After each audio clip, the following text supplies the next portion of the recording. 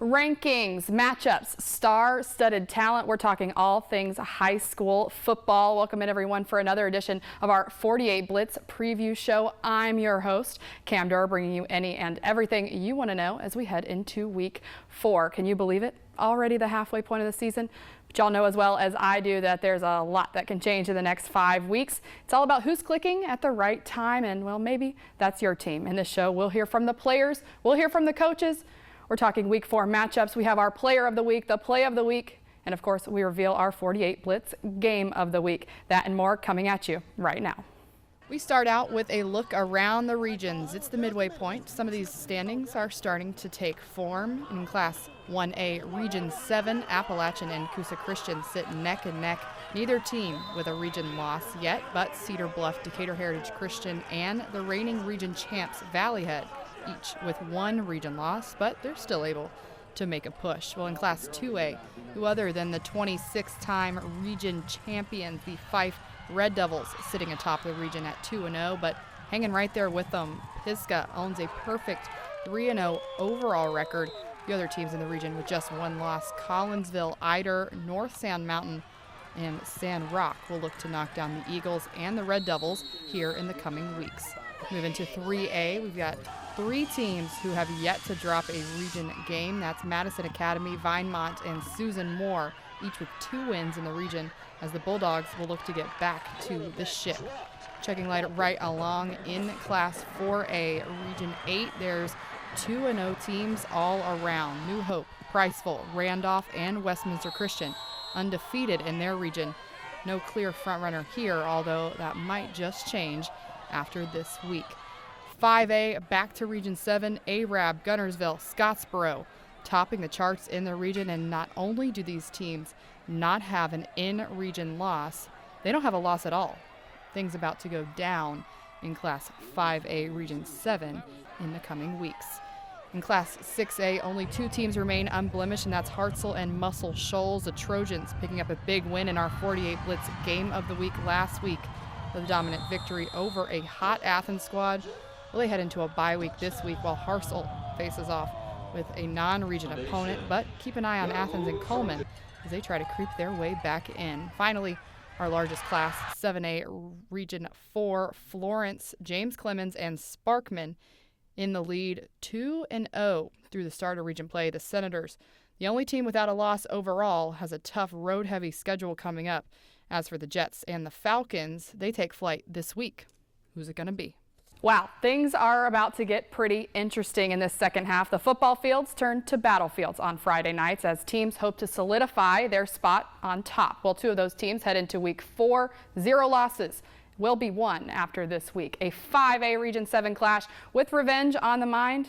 And without further ado, let's jump on into our 48 Blitz game of the week. Arab versus Scottsboro in Wildcats territory. We begin with the road team, the Arabian Knights, a.k.a.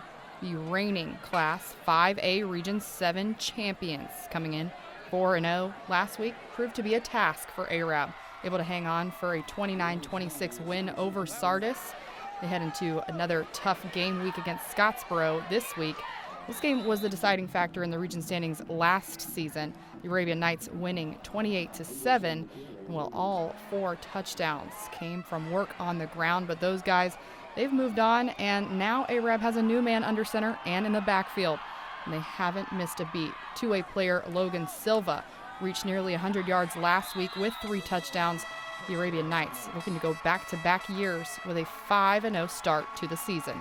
I want to be totally upfront and honest with our young men. And look, you can't compare this game to week 1. You can't. It's not the same. It's a different environment, and it's not going to take them long to figure out that it's a different environment when they look up in the bleachers and see it standing room only, and hear the crowd, and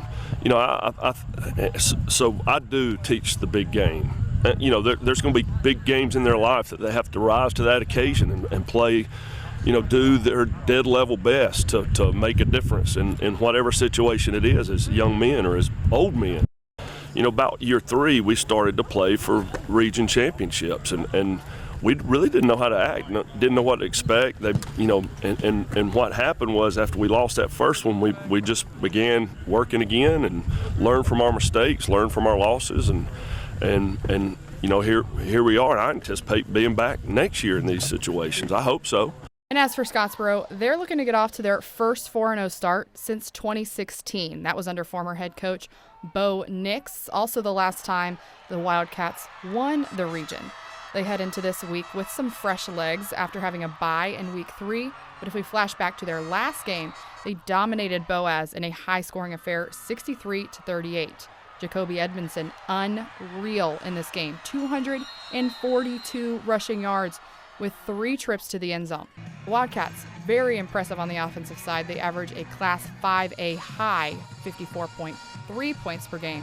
They rank 3rd among every class in that category. However, the term defense wins championships must not be forgotten. Scottsboro allowing nearly 35 points per game, one of the worst in Class 5A. But head coach Chris Bell is aiming to make the Wildcats' name known in the region. And I think on any given Friday night, I think anybody's capable of beating anybody. I think certainly anybody's capable of getting beat on any given night. But Gunnersville and Arab, I think at this point have got to be the 2 front runners.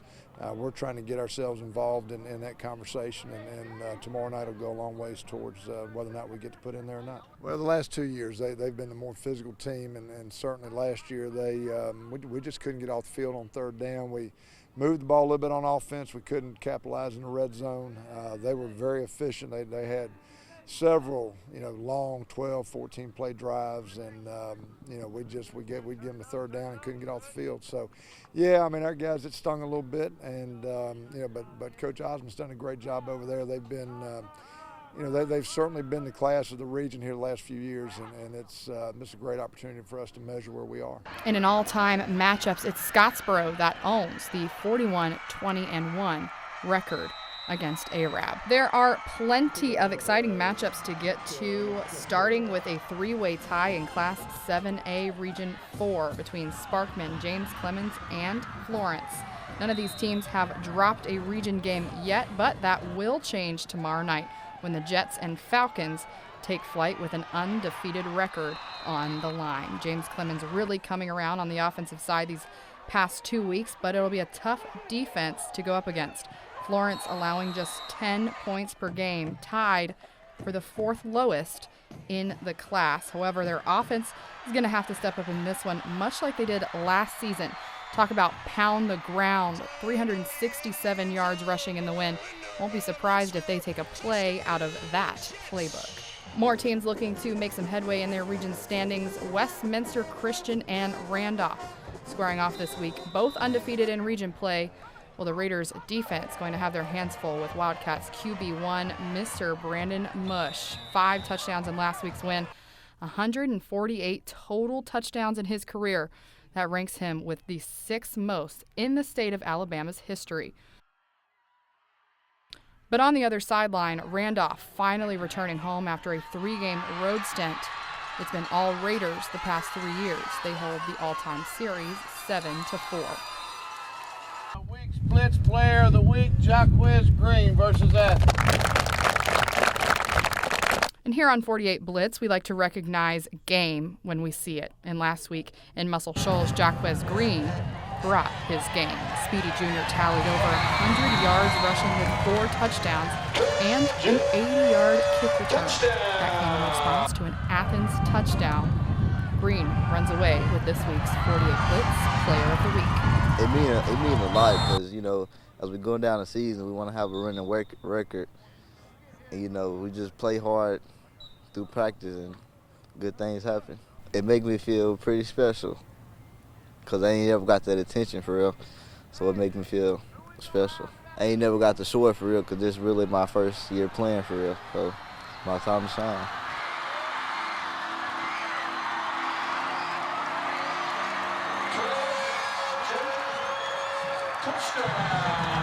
Plus, shout out to Kane McClure and the Eagles for winning our 48 Blitz play of the week for this contested grab for the score. Can we see that again in slow-mo? seeing it all the way in. The East Lawrence community raking in over half the votes this week to bring it home. Congrats to Kane McClure and East Lawrence. I told you there was a lot to get to. Are you feeling ready for week 4? That does it for our week 4 edition of 48 Blitz preview action. Don't forget to tune in tomorrow night at 10 to catch all the highlights from around the valley. Catch me at the game of the week in Scottsboro. Coverage there starting at 4. And just when you thought we were done, nope. Tune in after the show for even more high school football on Blitz OT, where we'll hear from one happy coach and so much more. But that'll do it for now. I'll see you right here next week on our 48 Blitz preview show.